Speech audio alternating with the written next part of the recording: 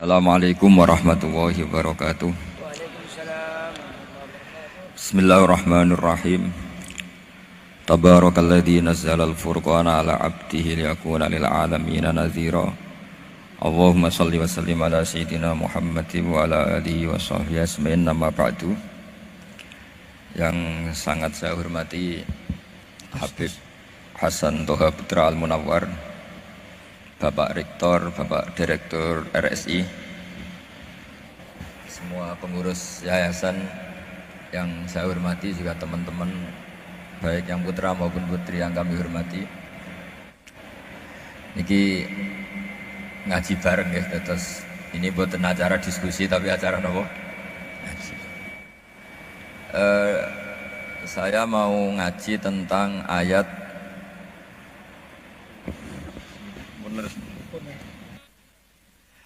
Qul bi fadlillahi wa bi rahmatihi fabidzalika falyafrahu.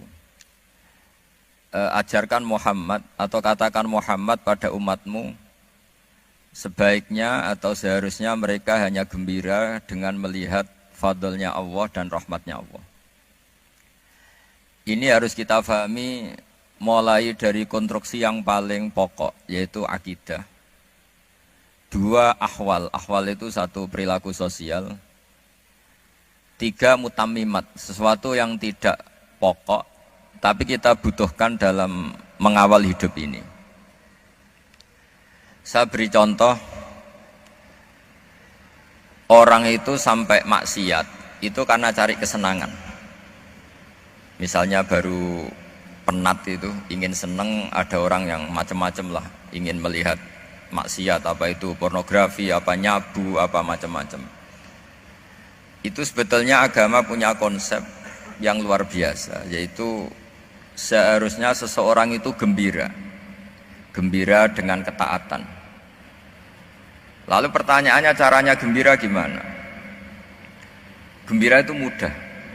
Jadi misalnya kamu sujud sama Allah Subhanahu wa taala. Terus cara berpikir begini, ini sekaligus ijazah. Cara berpikir begini. Ya Allah, ini kata Sayyidina Ali, kafani izzan an akuna laka abdan wa kafani fakhron an takuna li robban. Ya Allah, betapa sialnya saya andaikan saya jadi budak dari makhluk yang sama.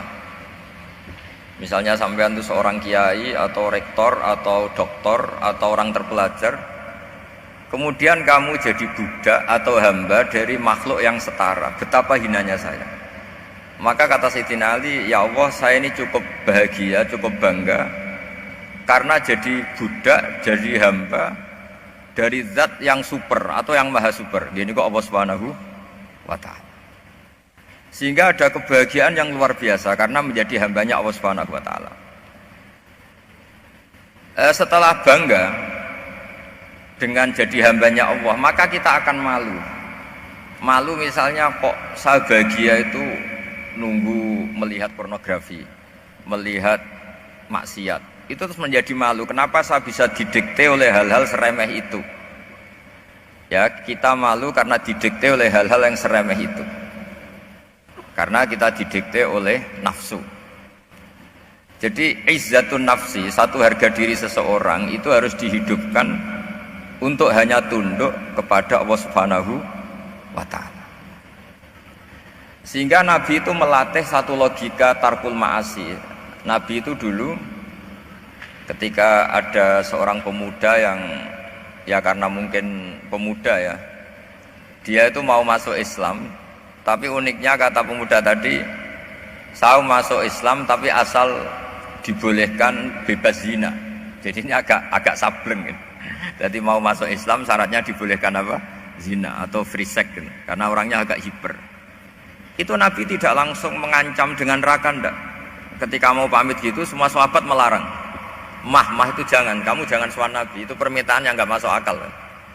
Setelah lama ditahan, terjadi kegaduhan di masjid. Nabi dengar itu ada apa itu? Itu ada pemuda yang mau masuk Islam tapi yasta'dzinuhu fi zina, tapi mereka minta izin Nabi untuk tetap boleh zina. Kata Nabi, pemuda itu suruh masuk, suruh menghadap saya.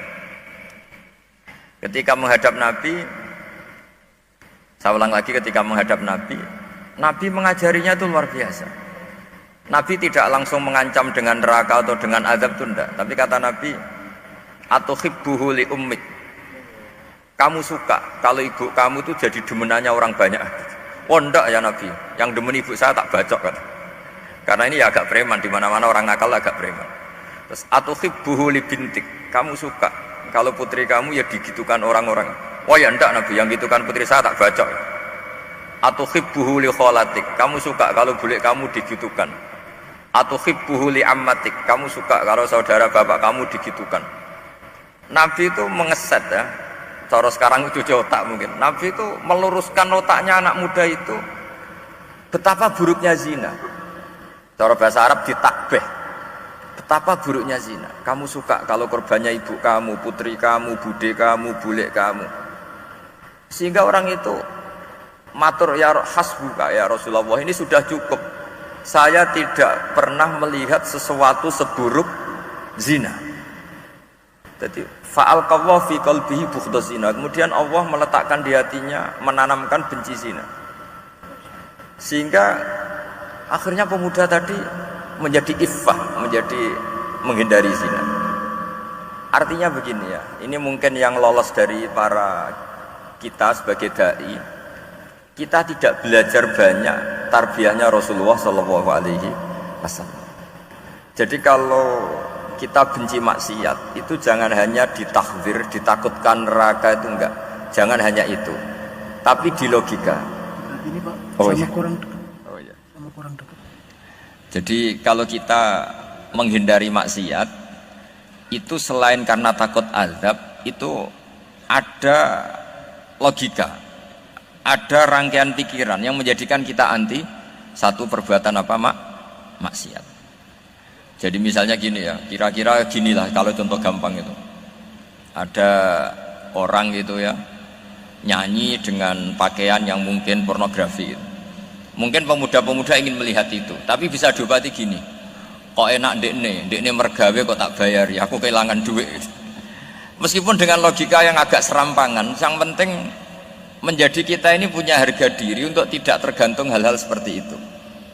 Sehingga Nabi itu cara menggambarkan tadi mulai atuhibbuhu li ummik. Kamu suka kalau ibu kamu jadi demenannya orang lain. Pemuda tadi bilang yang demen ibu saya mau saya bunuh. Ditambah lagi atuhibbuhu li bintik. Bagaimana kalau korbannya putri kamu, bule kamu, bude kamu. Sehingga terus si pemuda tadi betapa buruknya zina, betapa murahnya zina. Akhirnya pemuda tadi alqawwa fi qalbi bughdha zina. Terus kemudian pemuda tadi itu sangat membenci dengan apa? Perzinahan. Nah, pikiran-pikiran seperti ini harus kita tanamkan. Harus kita tanamkan supaya orang itu benci melakukan maksiat karena satu memang takut sukhtuwah, takut dibendu Allah atau dibenci Allah. Dua, memang logika kita mengarahkan tidak maksiat.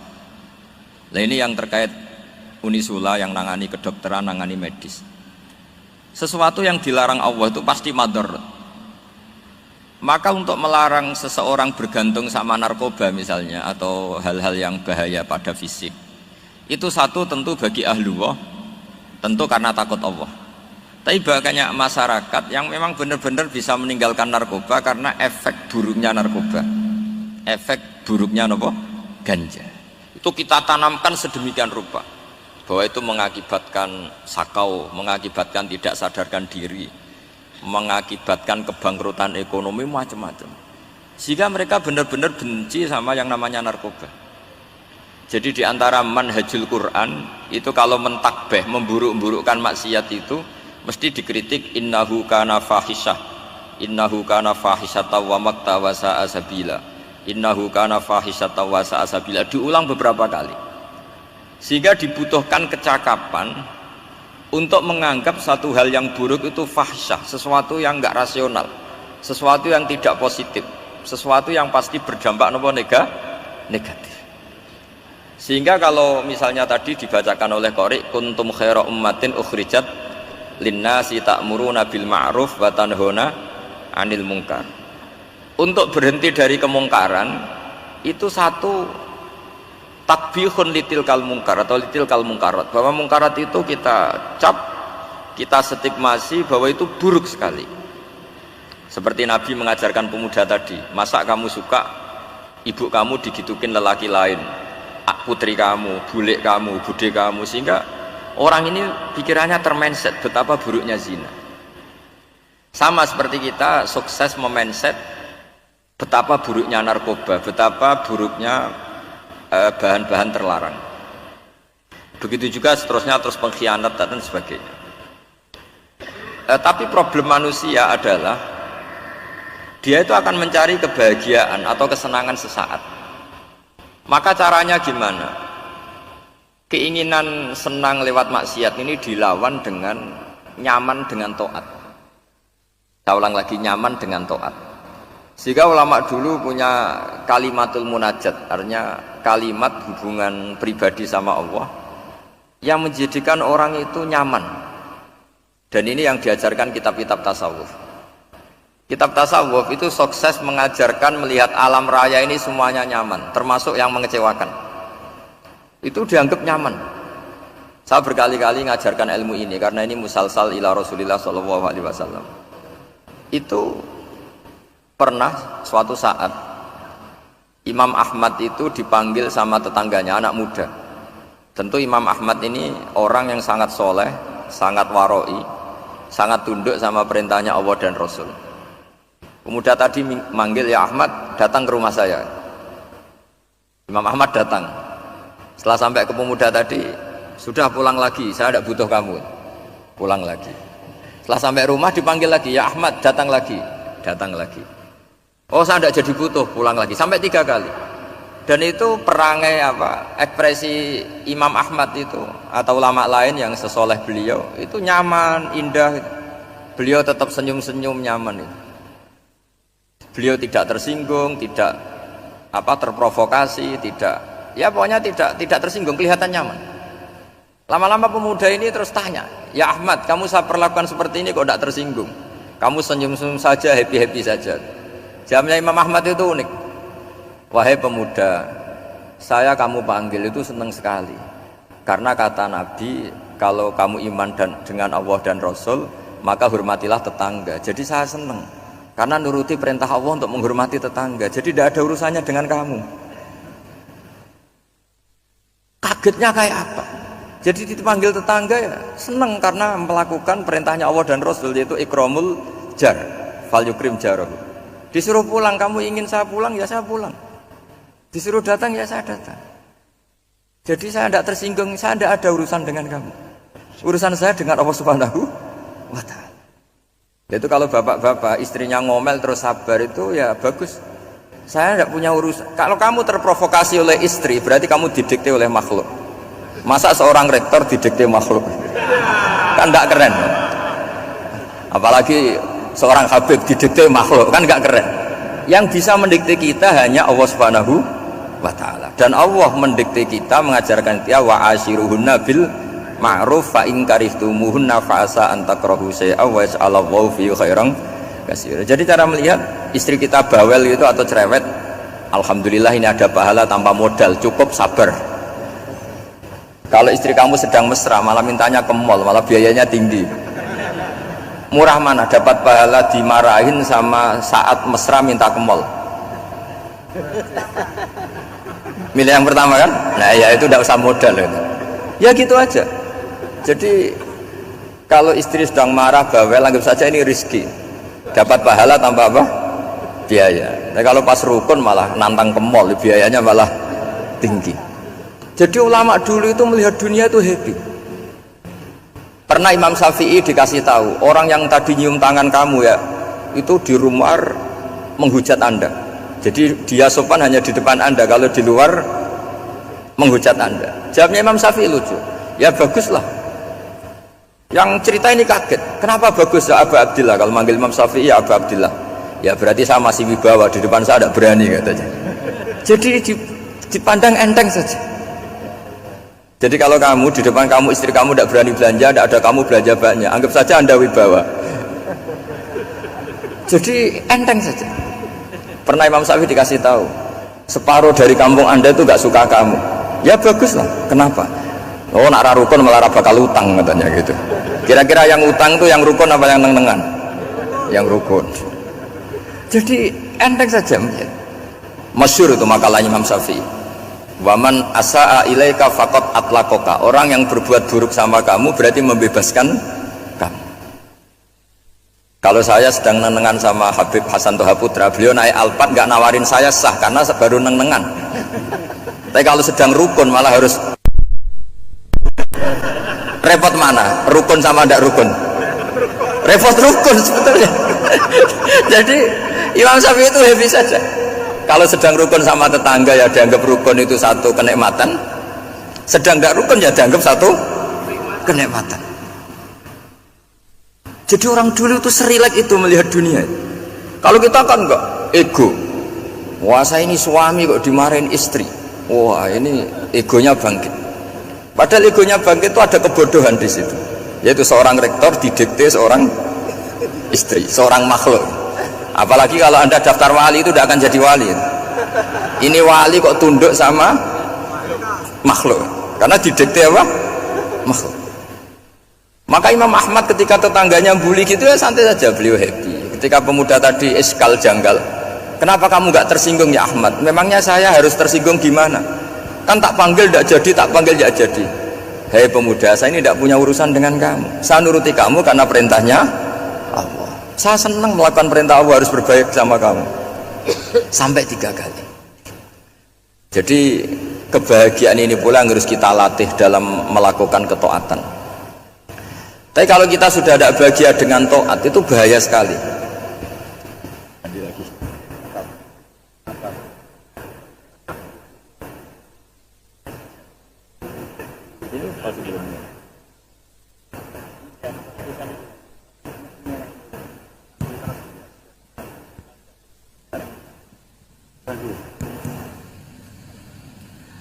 Harus gini bang prosedurnya. Di DP makhluk itu. Gimana? Di DP panitia. Oh yang mana? Bagus ini tak. Anut saja.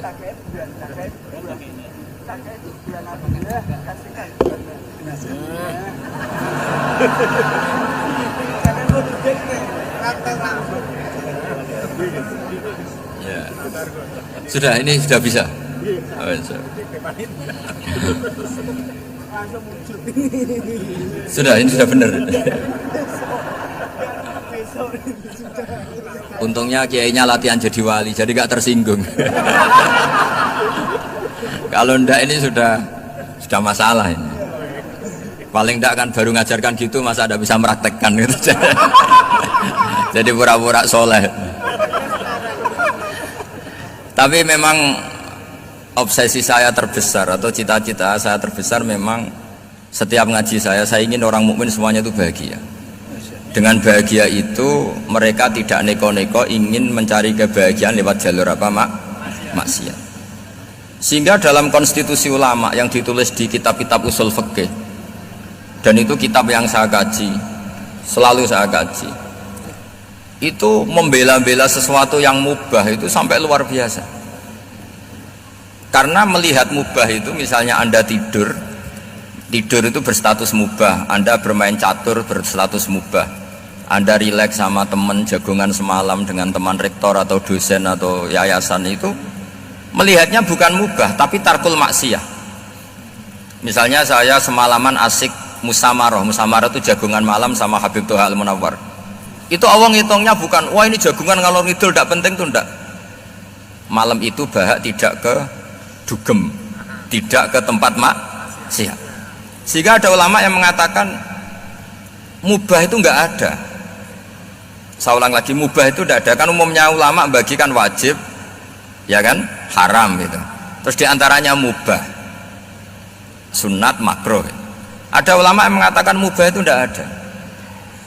Kenapa logikanya begini? Itsma min mubahin illa wa yatahaqqaqu bihi tarku haramimma. Karena tidak ada mubah yang Anda lakukan kecuali saat itu pasti ditinggalkannya sebuah keharaman. Misalnya Anda sedang jagungan sama istri di luar, di rumah, asik di rumah semalaman. Mungkin bahas hal-hal yang ringan.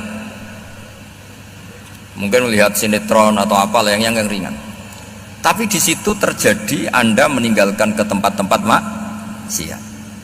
Sekarang ninggal maksiat itu wajib apa mubah? Wajib. Padahal Anda sedang melakukan mubah. Nah, itu dicatat oleh Allah itu tarkul haram, meninggalkan keharaman. Jika masyhur dalam cerita wali-wali itu, Abu Yazid yang seperti itu ibadahnya pernah tanya, "Ya Allah, lalu yang makomnya orang seperti saya siapa?" Karena beliau semalaman ibadah terus. Sama Allah dijawab, "Ya yang tidur di pinggir kamu itu." Abu Yazid, "Loh kok bisa ya Allah? Dia kan tidur terus." Ya kan dia tidur berarti meninggalkan keharaman. Ngomong sing potongan tukang maksiat itu apik turu tapi melek kira-kira gitu. Apik turu. Timbang sama nak melek pola wis turu ae kira-kira gitu. Jadi gak usah dipaksa tahajud, dipaksa qiyamul lail itu. Iya kalau qiyamul lail. Kalau dapat informasi, kesini ikut saya terus katut kan repot. Jadi perlawanan terhadap maksiat itu sebetulnya gampang dalam Islam karena tadi nggak ada sesuatu yang mubah kecuali saat dilakukan berakibat meninggalkan keharaman. Mudah sekali. Jika banyak orang jadi wali itu karena melakukan mubah. Itu ada orang jadi wali itu karena sering makan. Ya makan biasa itu. Karena ketika makan, ya Allah, betapa doifnya saya. Katanya saya presiden, katanya saya rektor, saya kiai. Ternyata kalau nggak makan tuh lemes. Apa hebatnya makhluk yang bergantung makhluk yang lain, yaitu makanan. Nah karena seperti itu terus dia al-laja'illallah, terus dia sungkeman ning Allah. Betapa lemahnya saya. Sebab itu ketika Quran mengkritik dan dengan tanda kutip kemungkinan Tuhannya Isa bin Maryam, itu ngeritiknya sederhana Quran itu. Mal masih ibnu Maryam illa rasul qad khalas min qablihi rusul wa ummuhu siddiqah kana yaqulanit ta'am. Isa itu tidak Tuhan, wong dia makan. Kamu kebayang nggak misalnya punya Tuhan, wah tadi Tuhan mampir ke rumah saya, dia lemes, setelah tak kasih makan sehat lagi gitu. Itu kan nggak kebayang gitu. Tapi Tuhan marung di rumah saya, lemes tak gratisin, kayaknya tidak punya uang gitu. Setelah makan, wah gairah lagi. Kebayang nggak punya Tuhan seperti itu.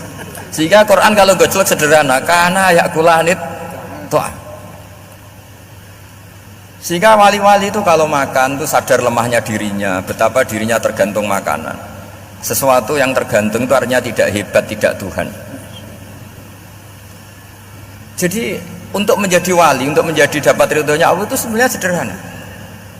Termasuk ada cara jadi wali yang agak kacau, tapi ini ya benar, asal niatnya benar. Misalnya Unisula besar, ya kurang besar lagi. Kita sudah punya uang, kurang banyak uang lagi. Itu Nabi Ayub, itu kan seorang nabi. Pernah diuji Allah, ini ada di Sahih Bukhari. Nanti kamu tanya, hadisnya sahih enggak ini? Ini ada di Sahih Bukhari. Kadang orang kota itu aneh, enggak ahli hadis tapi tanya, sahih enggak ini? Padahal nanti kan dibodohi sahih, yang ngandel saja gitu. Jadi kadang ya aneh. Enggak tahu kok tanya itu. Itu Nabi Ayub itu sudah kaya, pas itu sudah kaya, bukan cerita yang masih miskin, memang sudah kaya. Beliau di kamar dihinggapin satu belalang dari emas. Setelah belalang itu dikejar, ternyata yang jenis itu banyak, semuanya dari emas. Ngambil sana sini, ini yang kesak ini dipenuhin, saku ini dipenuhin, sampai banyak. Terus sama Allah digojlok, kamu itu nabi saya, kenapa kamu mengumpulkan harta sebanyak itu? Kamu itu nabi saya kok rakus? Jawabannya Nabi Ayub unik. Ya Allah, siapa yang bisa kenyang dari rahmatmu? Ya, jadi kalau kamu punya uang 1 miliar, kok ingin 1 miliar 100, ingin 1 miliar 200, itu cara ngitung bukan uang. Ya Allah, siapa yang bisa kenyang dari rahmatmu? Karena rahmat Allah tidak terbatas. Sudah Gusti, tenang saja, meskipun saya gini, rahmat Anda tidak akan habis. Sehingga waroi ada ilmunya, tomak juga ada ilmunya, termasuk ragus itu juga ada ilmunya. Misalnya begini, ini contoh rakus yang ada ilmunya begini. Ini saya beri contoh. Mungkin yang boleh niru orang-orang soleh, kalau nggak soleh jangan. Imam Syafi'i ini cerita nyata. Imam Syafi'i itu dulu ketika ngaji masih muda itu nggak suka sama guru yang kaya. Kebetulan dia punya guru miskin terus. Namanya Sufyan As-Tsauri, itu miskinnya masya Allah. Sufyan bin Uyainah juga miskin. Jadi dia miskin punya guru miskin terus. Sehingga idolanya ya sama guru-guru yang miskin. Suatu saat guru-guru ini menyarankan dia ngaji Imam Malik. Imam Malik itu kaya raya. Itu babutnya Imam Malik kalau diinjek itu mata kakinya tidak kelihatan saking halusnya. Kalah Indonesia lah kalah. Itu Imam Malik tuh gaya. Kalau ngaji di kursi tinggi terus pakai bukhur itu, pakai dupa Arab yang mahal itu. Pokoknya mewah kali Imam Malik. Terus dia mulai ini kiai kok kaya. Kemudian setelah beliau alim tanya, saya harus ngaji siapa setelah ilmu jenengan habis kira-kira gitu. Kata Imam Malik, sudah kamu tidak usah perlu ngaji saya, kamu sudah alim alama. Terus Imam Malik datang ke Baki. Zaman itu Baki itu semacam kayak rentalan ya, semacam Grab lah kalau dulu itu. Mana kafilah yang mau ke Irak gitu. Ya sudah terus, oh kita mau ke Irak, ini antar ke Muhammad bin Hasan As-Syaibani. Itu dibiayai sama Imam Malik. Grabnya ya dibayarin, itu kafilahnya itu ya dibayarin. Imam Syafi'i disangoni surrotan min dhahabin. Jadi satu kepes uang dikasihkan. Itu pernah tak hitung semurah-murahnya itu sekitar 60 juta. Imam Syafi'i mulai mikir, kiai yang saya kritik lomo, sing kiai miskin tak puji, gak pernah ngamal kan, tentu orang miskin kan. Setelah datang ke Muhammad bin Hasan As-Syaibani, beliau itu pakar usul fikih, muridnya Abu Hanifah. Beliau al-usuli, pakar usul fikih. Itu Muhammad bin Hasan As-Syaibani itu kalau ngitung emas itu di ruang tamu, uangnya miliaran, emasnya banyak, dari kota ini dipindah ke kota ini, emas kalau ngitung di ruang tamu, bukan di kamar, di ruang tamu. Imam Syafi'i tambah kaget. Imam Malik kayak gitu sudah saya soal, malah ini kaya raya. Setelah Imam Syafi'i kelihatan kaget, digojlek sama Muhammad bin Hasan As-Syaibani karena beliau senior. Atajabu min hadza, kamu aneh melihat ini? Iya. Kenapa? Ulama kok kaya raya. Terus kata Muhammad bin Hasan, ya sudah, uang ini tak kasihkan orang-orang fasik, ganti gue demenan, gue nyabu, gue macam-macam. Oh jangan, nanti dipakai maksiat. Oh jenengan mau sing suka. Semenjak itu Imam Syafi'i rubah mindset. Jadi kalau kampus ini ingin akreditasi A, ingin mulia, ingin apa, kamu ridho kalau yang punya prestasi seperti itu adalah orang-orang fasik? Ridho enggak? Enggak kan? Maka didoakan ini. Nah, itu namanya berpikir secara usuli. Kamu jangan hanya nuruti karena berpikir waroi terus kamu benci kekayaan, benci pangkat, benci apa, tidak bisa seperti itu. Karena pangkat dan kekayaan ketika dikelola secara kesolehan maka akan menjadi energi positif yang luar biasa. Semenjak itu Muhammad bin Hasan As-Syaibani berhasil mendidik Imam Syafi'i. Sampai akhirnya keterusan Imam Syafi'i berpendapat kalau orang Islam bisa bikin rumah tingkat kok punya rumah reot itu haram, kata. Akhirnya keterusan. Kalau bisa jadi bupati kok jadi ketua RT juga haram. Karena al-Islam ya'lu wala yu'la alaih. Islam itu luhur bukan bisa diluhurin. Sehingga rata-rata orang Syafi'iyah termasuk kiai-kiai Indonesia itu rata-rata ya agak-agak politikus. Ya agak-agak kedonyan, mungkin sebagian kedonyan tenan gitu. Karena nggak ridho gitu loh kalau kesempatan itu dikuasai orang fasik kemudian menjadi kekuatan maksiat. Coba kalau bupati itu orang yang fasik, kemudian programnya supaya rakyat seneng semalaman dangdutan yang purno misalnya, supaya rakyat seneng dibolehkan dugem, dibolehkan judi. Tapi kalau yang jabat orang soleh kan ada beberapa perda yang menolak penyakit apa? Masyarakat. Jadi kamu jangan melihat bahwa kepangkatan ini hanya sebagai alat korupsi, alat otoriter, enggak. Asal kena orang soleh, maka ini menjadi energi kesolehan atau energi positif. Sebab itu ketika Allah muji para nabi yang soleh, diantaranya disifati apa? Faqad ataina ala Ibrahim al-kitab wal hikmata, terus ayat wa atainahum mulkan azim. Dan Nabi Ibrahim dan keluarganya tak kasih kerajaan yang besar. Nah sekarang masih banyak orang yang cara pandang ngapain bikin Unisula yang megah, ngapain berambisi punya akreditasi A dan sebagainya. Menyoal seperti itu salah secara usul fikih. Karena secara usul fikih kesempatan yang baik tentu harus diperjuangkan oleh orang-orang yang soleh. Karena ini supaya jadi otoritas yang positif. Itu dulu ada latihannya. Jadi orang dulu itu gampang sekali ketika milih miskin ditanya, kenapa miskin? Saya ingin hisab saya ringan. Tapi ketika mereka kaya yang soleh, supaya harta ini tidak dipakai orang yang nanti dipakai maksiat. Kita misalnya orang soleh kok mau pangkat, karena kita ada ridho kepangkatan itu dipegang orang maksiat, kemudian menjadi energi maksiat. Begitu juga seterusnya. Maka ulama dulu itu rileks. Sampai Syekh Nawawi Al-Bantani itu nanti bisa dicek di tafsir Qul hal yastawil ladzina ya'lamuna wal ladzina la ya'lamun. Beliau muji-muji ulama. Kemudian ada seorang yang agak hasud mungkin. Tanya begini. Hebatnya ulama itu begini-begini. Terus ditanya, tapi kenapa kita sering melihat ulama ngantri proposal di rumahnya bupati katanya. Sementara bupati nggak pernah datang ke ulama ngaji ihya. Jawabannya Imam Syekh Nawawi itu unik. Ya karena ulama itu tahu gunanya uang, sehingga nyari uang untuk pondok, untuk masjid. Sementara bupatinya tidak tahu gunanya ilmu, maka tidak pernah ngaji. Jadi ya ringan saja nih. Jadi ya sudah seperti itu. Jadi kalau ada ulama kedonyan, anggap saja karena tahu gunanya uang.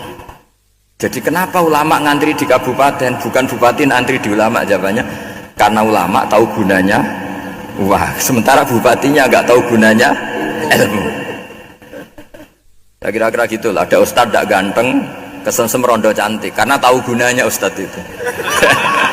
Artinya tahu gunanya kalau saya nikah nanti punya anak jadi gus, kan dia kiai gitu. Tapi rondone raro gunanya dia karena miskin gitu. Jadi ulama dulu itu rileks, menafsirkan apa saja itu rileks, termasuk saat terpojok itu rileks. Karena semuanya dianalisis pakai ilmu.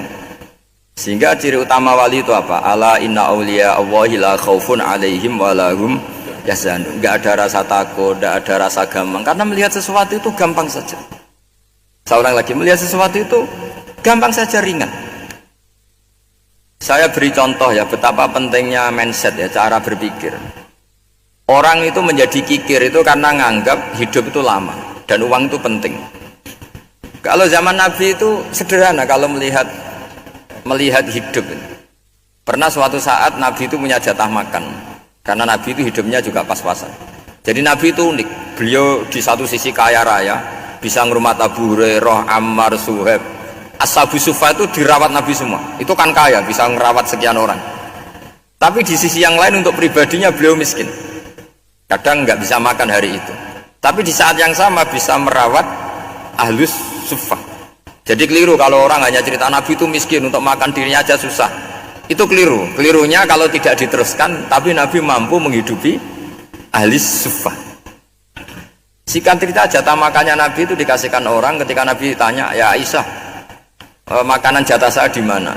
Oh ya Rasulullah, tadi ada orang minta tak kasihkan, maka makanan itu habis. Apa kata Nabi? Kamu salah Aisyah. Yang kamu kasihkan itu justru yang masih. Ya yang kamu kasihkan itu justru yang masih. Sehingga Nabi menganggap, makanya Nabi terus ngendikan. Ya kalau mukhatabnya lelaki ya kira-kira begini.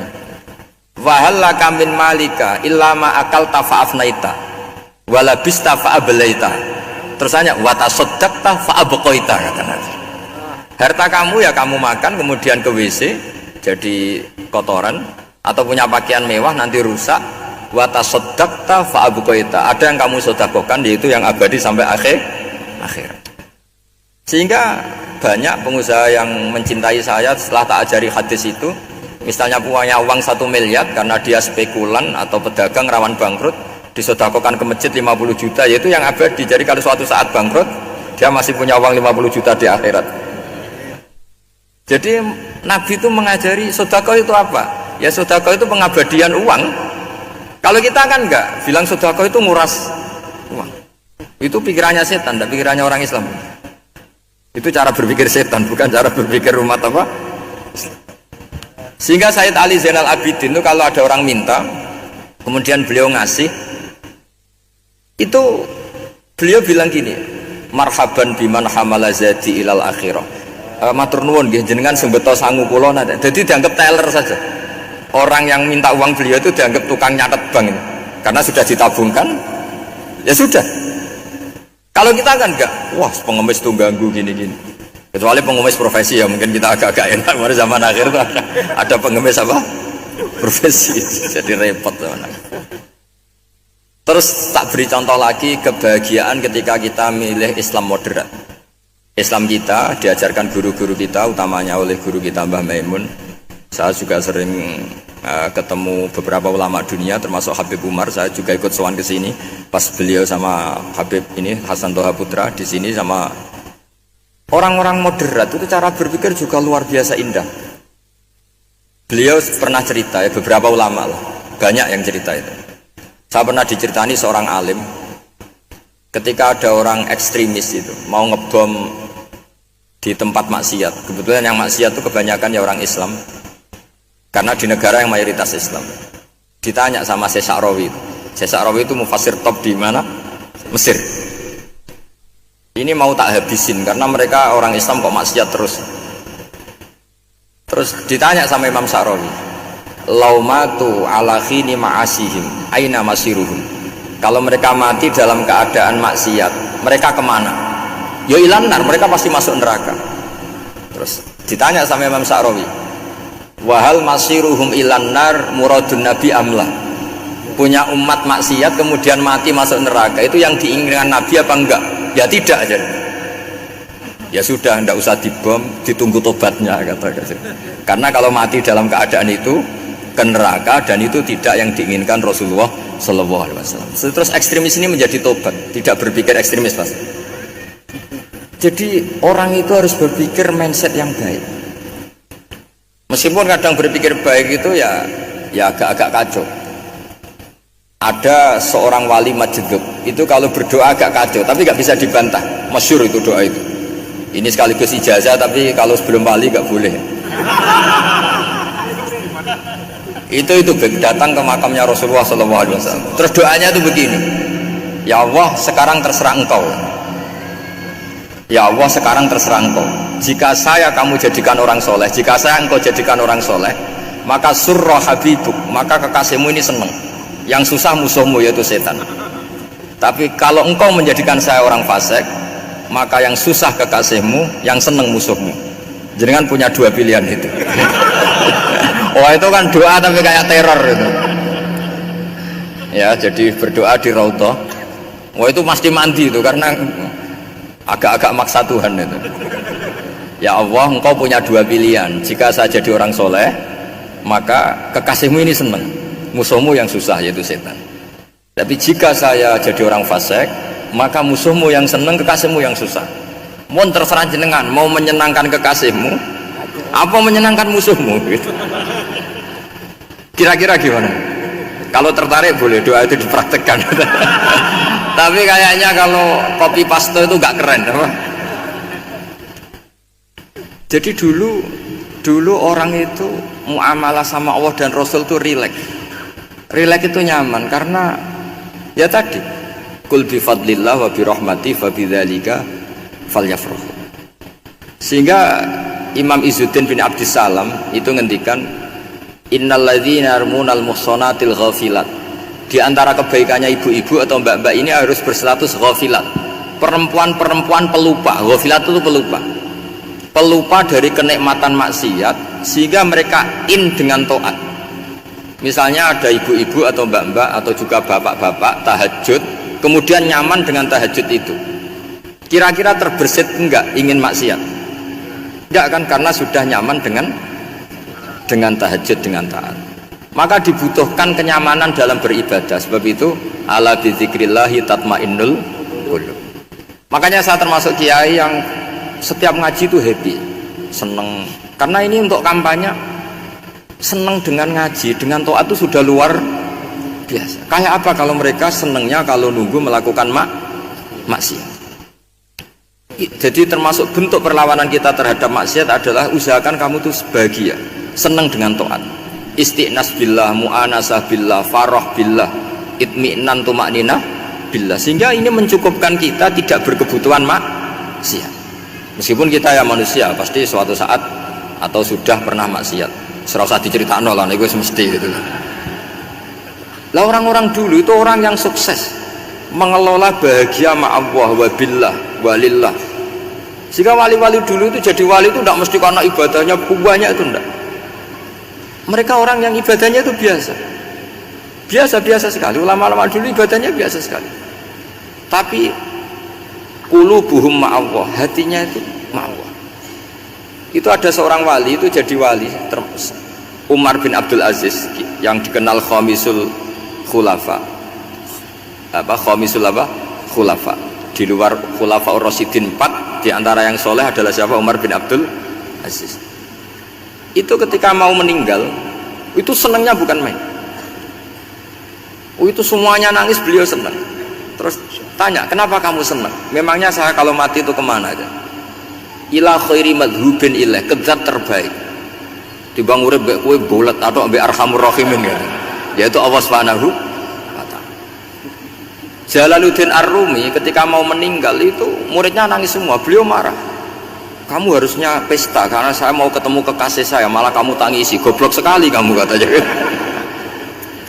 Jadi orang-orang dulu itu luar biasa. Karena tadi mereka tidak ingin ketemu Allah itu dianggap problem, harus sesuatu yang membahagiakan. Makanya wali-wali itu kalau berdoa begini, wa khairu ayyami yauman alqa fi, dan jadikan hari terbaikku adalah hari ketika saya ketemu engkau ya Allah. Pernah dengar doa itu? Wa khairu ayyami yauman alqa fi, dan hari terbaikku adalah hari saat ketemu engkau. Aman kan enggak? Sampai matiku wedi. Saya tidak tahu wedi dosa apa wedi Israel apa wedi malaikat siapa? Malik. Mungkar nakir. Sebenarnya tidak perlu seperti itu. Karena cara pandang Nabi itu ini bisa dipraktekkan. Kalau kamu orang baik, mati artinya apa? Ya baik. Karena husnul khotimah. Kalau kamu orang yang buruk, itu kata Nabi, anggap saja mati itu akhir dari keburukan kamu. Nah, aku urip terus, malah maksiat terus. Maka Nabi itu kalau ngajari kita berdoa gini, Allahumma maj'alil hayata ziyadatan li fi kulli khairin wal mauta rohatan li min kulli syarrin. Ya Allah, kalau saya hidup ya anggap saja ziyadah fi kulli khairin, berpotensi nambahi kebaikan. Kalau saya mati anggap saja ini akhir dari segala keburukan. Maka saya berkali-kali guyon. Makanya tradisi ulama-ulama NU, ulama-ulama pesantren, ya ada hanya NU, pokoknya ulama-ulama alim. Itu kalau ada orang mati, orang nakal gitu mati, ini saya gitu, itu hadirin mesti gak terima. Wapi enang di wong wakal. Tapi dipaksa sama kiainya, saya gitu. Lama-lama dipaksa. Saya gitu. Padahal ning atine kiai wis ra iso maksiat meneh wis saya gitu.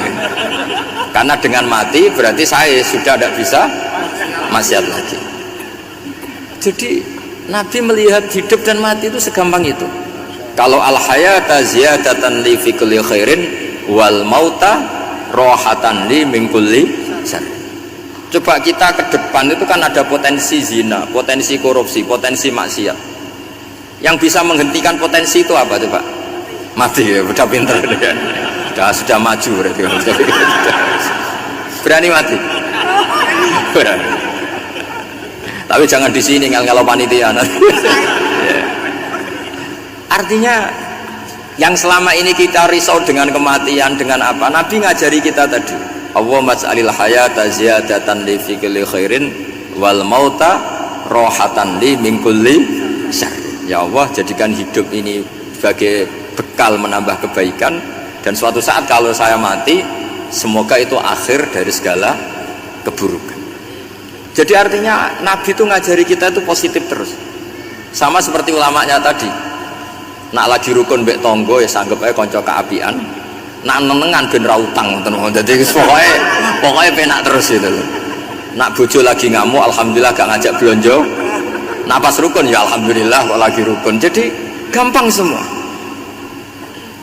Makanya ada seorang alim itu ngendikan begini, ada yang tanya, saya tuh dulu ketika kaya teman saya sering main ke saya, setelah saya miskin gak ada teman-teman yang ke saya. Dikira si Habib ini kebetulan orangnya Habib itu mendukung keluhan dia, ternyata enggak. Si orang alim itu bilang gini, malah bagus tuh gitu. Kowe wis melarat buruhe wong, ya sudah kamu miskin buruhnya orang lain, misalnya tukang manol di pasar atau tukang becak. Kemudian teman-teman kamu datang, malah kamu malu tuh jadi tontonan. Bagus kalau mereka lupa pas kamu miskin tidak ada yang lihat katanya. Jadi apa ya, dianggap enteng saja gitu. Akhirnya orang ini nggak jadi ngeluh. Selama ini kan kita ngeluh ya ketika miskin teman-teman nggak datang gitu. Coba kalau mereka datang pas kamu buruh bikin foto di orang lain, mantan bos buruh, malu nggak? Milih datang apa enggak? Enggak lah, sudah bener itu. Jadi ulama dulu itu makanya sering baca biar tahu solusi hidup. Jadi ulama dulu tuh gampang sekali melihat kehidupan itu, gampang sekali, indah, gampang. Sekarang tuh enggak.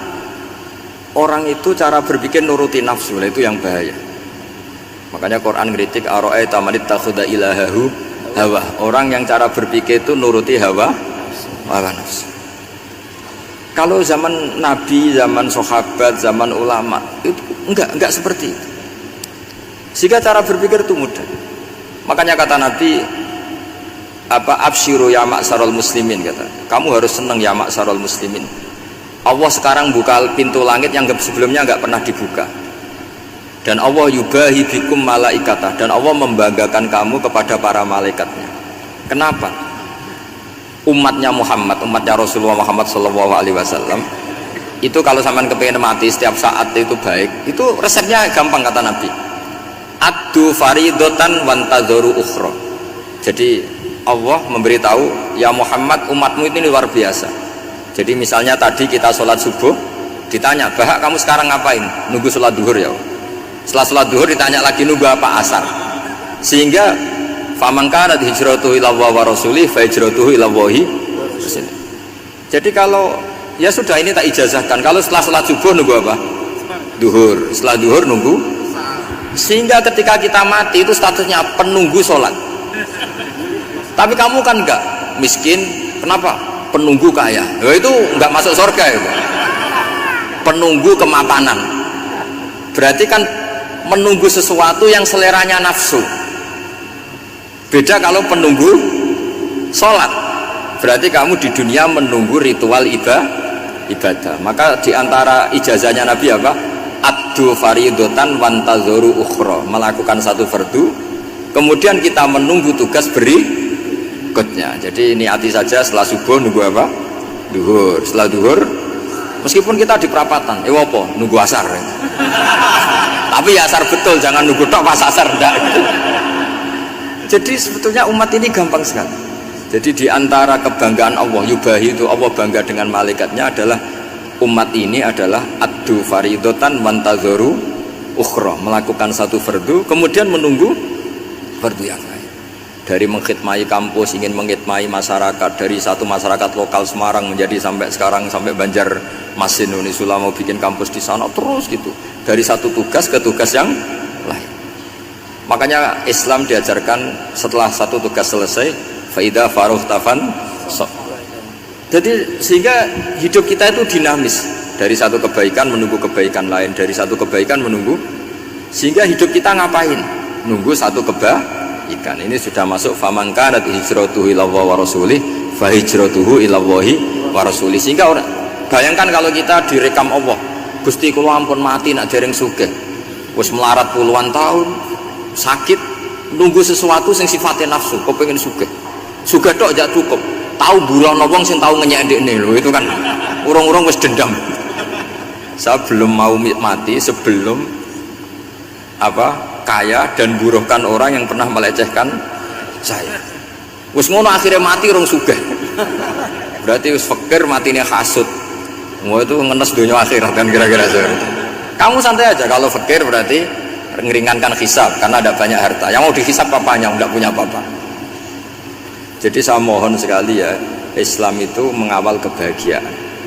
Sebab itu sampai bahagia itu menjadi perintah Islam, qul bi fadlillah wa bi rahmati fa bidzalika falyafrahu. Karena dengan bahagia bitaat diharapkan orang Islam itu tidak bahagia atau cari kesenangan lewat jalur maksiat. Sehingga ciri utama wali apa? Ala inna auliya Allahi la khaufun 'alaihim walahum yahzanun. Sehingga ulama dulu itu rileks-rileksnya, termasuk yang saya ceritakan tadi, Imam Ahmad, Imam Syafi'i, itu melihat apa saja rileks. Ya tadi kalau disenengi orang ya barokah, punya kawan kebaikan. Nak dineng ya barokah dineng di gedingi tonggo rada utang, ngeranjuk tulung itu. Jadi rileks saja. Masyhur itu Imam Syafi'i ngendikan, waman asaa ilaika faqad atlaqaka. Orang yang berbuat buruk sama kamu, hakikatnya adalah membebaskan kamu. Atlaqo itu apa? Membebaskan. Enak gak jadi hidup gitu? Kalau kamu kan enggak, kok gedeng aku salahku apa? Malah kamu ujub tuh, orang kok gak tahu salahnya. Kamu jadi suami, istrinya ngomel, kurang apa saya sebagai suami? Ya kurang banyak, tidak ganteng, tidak kaya, tidak ini.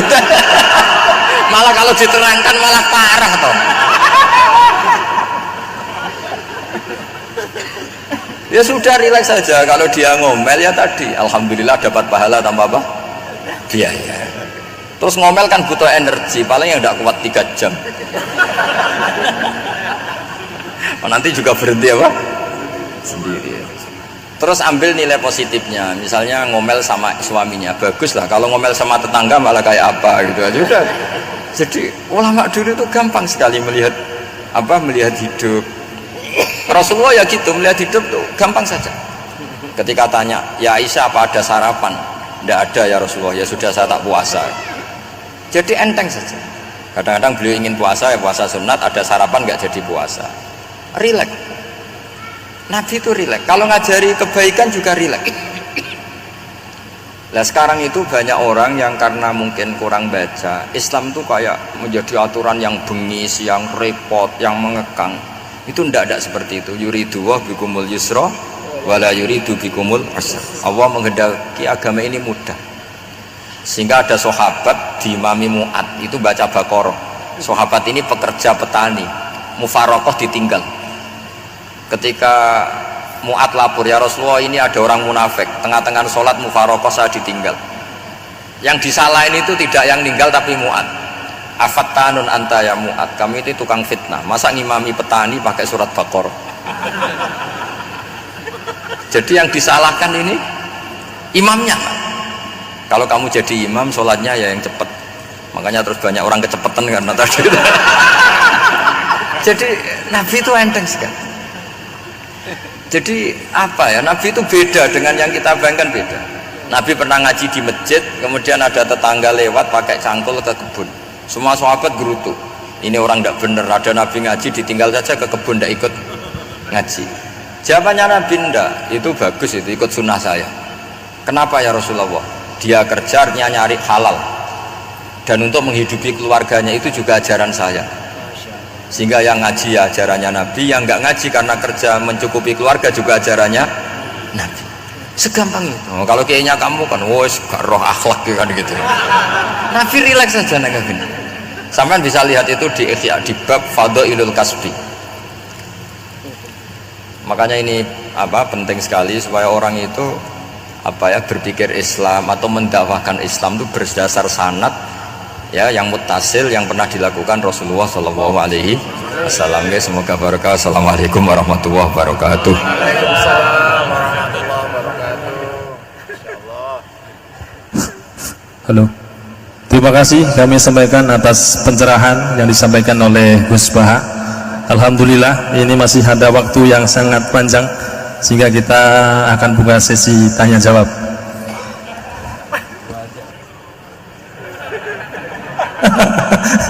Hanya 2 penanya. Monggo siapa yang mau nanya? Kang Mujib. Ibu 1. Ya, monggo. 2 saja. Monggo.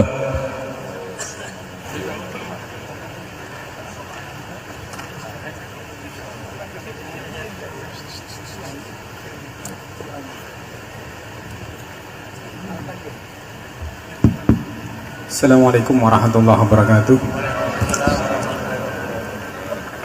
Allahumma arinal haqqa haqqa warzuqna tiba'ah wa arinal batila batila warzuqna tinabah. Gus, di era sekarang ini terlalu banyak kiai. Jadi saking banyaknya kita yang awam ini bingung mana kiai yang benar, yang betul-betul benar menurut Allah, mana yang seperti nampaknya benar tapi ternyata itu tidak seperti yang diinginkan Allah. Jadi cara pandang panjenengan ini bagi saya sudah luar biasa mencerahkan sekali. Jadi karena itu kami mohon, ini kebetulan ada ketua yayasan, juga ada Pak Rektor, ada baiknya kampus ini mulai mendekatkan tradisi keilmuan santri dan akademik, ngaji yang fundamental begini. Saya usul itu Bu, bagaimana 1 bulan sekali lah Gus Bahak kerso ke Semarang. Itu yang pertama. Yang kedua, saya juga termasuk orang yang gelisah dengan realitas sekarang. Saya juga mau ngajukan permohonan kepada Gus Bahak. Permohonan yang paling ini, mbok jenengan nulis 1 buku, saya muslim saya happy gitu loh. Ini kayaknya pas banget ini. Jadi ben ora ketok kok serius banget beragama saiki iki abot banget gitu. Itu yang ketiga, ini penting sekali bagi kita orang-orang tua. Zaman saiki golek anak iso ngalim kok Gus Bahak angel. Jadi saya ingin tolong Gus Bahak ceritakan sejujur-jujurnya bagaimana orang tua jenengan didik sejak kecil sampai iso koyo sampean sakniki. Cekap saya kira. Assalamualaikum warahmatullahi wabarakatuh.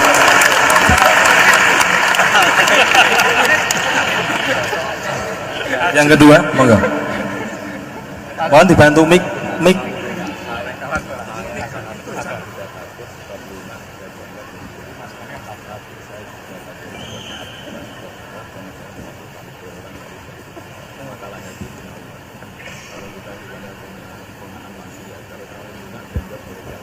Assalamualaikum warahmatullahi wabarakatuh. Gus Bahak, kula badhe tangklet. Jangan kayak ini ya.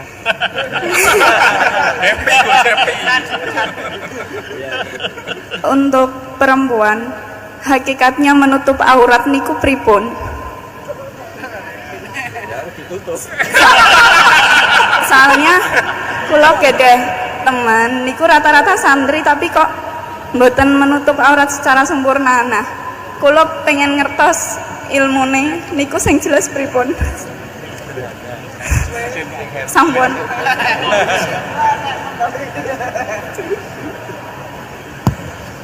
Ini sudah normal ya, pakai ini aja. Ini jawab yang Mbak dulu yang gampang gitu.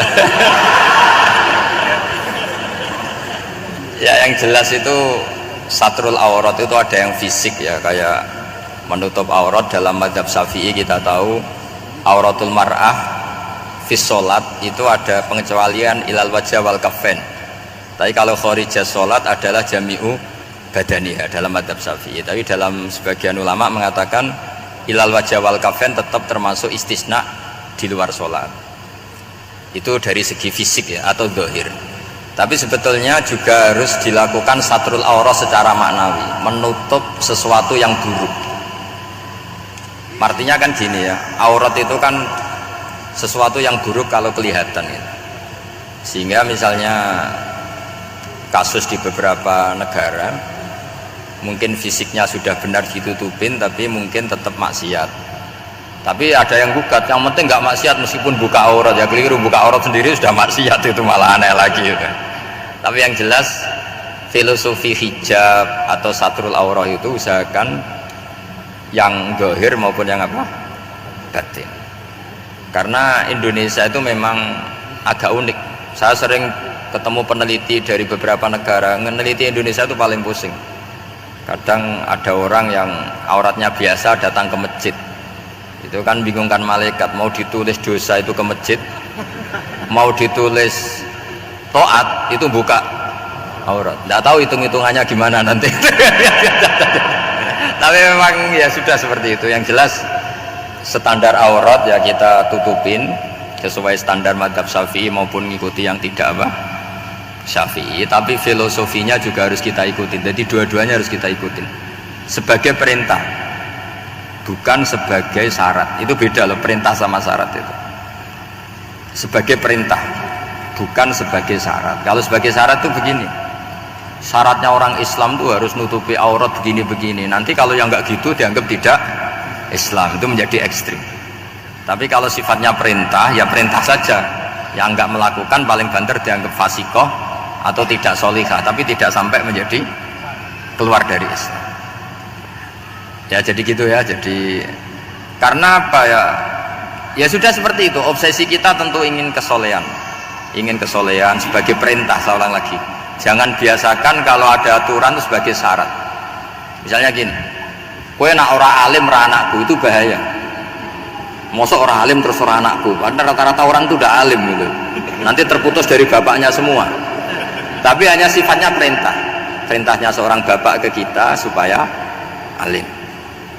Makanya ulama mengatakan perintahnya Allah, perintah itu lebih rileks daripada disebut syarat, karena syarat sekali nggak memenuhi menjadi ndak. Makanya Sayyid Muhammad kalau ngarang kitab sering wajibat itu lebih ringan ketimbang apa? Syarat. Jadi beda kalau dalam filosofi ilmu itu. Jadi gampang perintah. Tentu yang nggak melakukan perintah itu ya kurang baik, tapi tidak sampai keluar dari apa? Islam. Karena perilaku kesolehan itu perintah, bukan syarat. Sehingga Nabi nanti ngendikan beberapa yang masyhur itu kan, syafaati li ahlil kabair min ummati. Meskipun umatnya yang nggak benar ya tetap diakui sebagai umat. Jadi beda perintahnya Nabi sih, semuanya kalau bisa soleh, harus bisa soleh. Tapi tetap ini sifatnya perintah, bukan syarat. Nggak bisa kamu mengatakan syaratnya orang Islam itu dalam beraurat begini, syaratnya soleh nggak pernah maksiat. Memangnya Nabi nggak pernah maksiat? Ya saya kira demikian ya, cukup ya. Lah kalau ini resikonya dia seneng saya, makanya bagus dia tidak seneng saya, jadi enggak. Jadi ini kalau seneng saya malah ngatur-ngatur gini. Ya. Terus soal ngaji di sini tiap bulan itu jelas tidak satu rutin, karena kalau sampean sopan di mana-mana ngaji itu datang ke kiainya.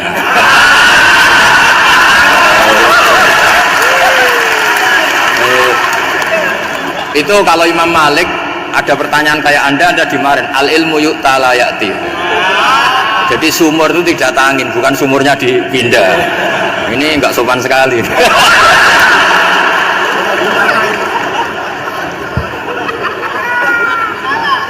Terus menyangkut orang tua, kenapa saya alim, itu juga nggak boleh dijawab. Rata-rata orang itu udah alim, masa orang tua seluruh Indonesia salah? Itu ada hikmahnya sendiri. Saya kali-kali ngaji, bodoh itu barokahnya banyak. Coba barokahnya orang bodoh, akhirnya nempat di pedalaman Kalimantan, Sulawesi, akhirnya bikin masjid di situ bikin. Kalau dia alim mungkin jadi ketua MUI di Jakarta, nggak akan punya desa binaan. Jadi Allah mendesain ini sudah sempurna, sudah tidak usah protes, sudah begitu aja. Coba ada orang alim alamah, kira-kira itu kan nggak akan di pedalaman Kalimantan, Sulawesi. Barokahnya santri rodok bodoh itu, akhirnya kerja di dalam hutan, kerja di kampung-kampung, akhirnya agama ada di mana? Kalau pinter semua, di Unisula semua jadi rektor nanti. Jadi Allah mendesain ini sudah baik, tidak usah dipaksakan sesuai versi kamu, nggak usah.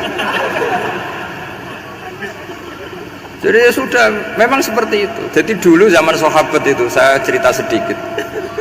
Nabi itu kalau muji Madinah itu sundel langit, kalau muji Mekah ya sundel langit. Tapi Sayyidina Ali keluar ke Kufah. Sayyidina Ali itu akhirnya pindah ke Kufah, ke Najaf. Karena pikirannya Sayyidina Ali, Mekah Madinah hanya baik secara bukah, secara tanah. Tapi di antara kebaikan Nabi adalah nasrul Islam. Akhirnya Sayyidina Ali milih ke Kufah. Andai kan sahabat tidak milih keluar dari Mekah Madinah sebagiannya, pasti Islam tidak menyebar.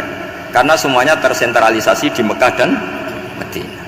Tapi ada saja sahabat yang tetap nyaman di Mekah Madinah, karena sholat di sana sebagaimana 1000 sholat. Ya sudah seperti itu, dilihat gampang saja. Akhirnya yang di Mekah Madinah ya tidak ngeritik yang keluar juga gak ngeritik yang di Mekah Madinah. Jadi yang alim tidak ngeritik yang bodoh apalagi jangan ngeritik yang alim. Yang jelas orang bodoh ngatur orang alim itu dosa, itu yang ya, saya kira demikian. Assalamualaikum warahmatullahi wabarakatuh.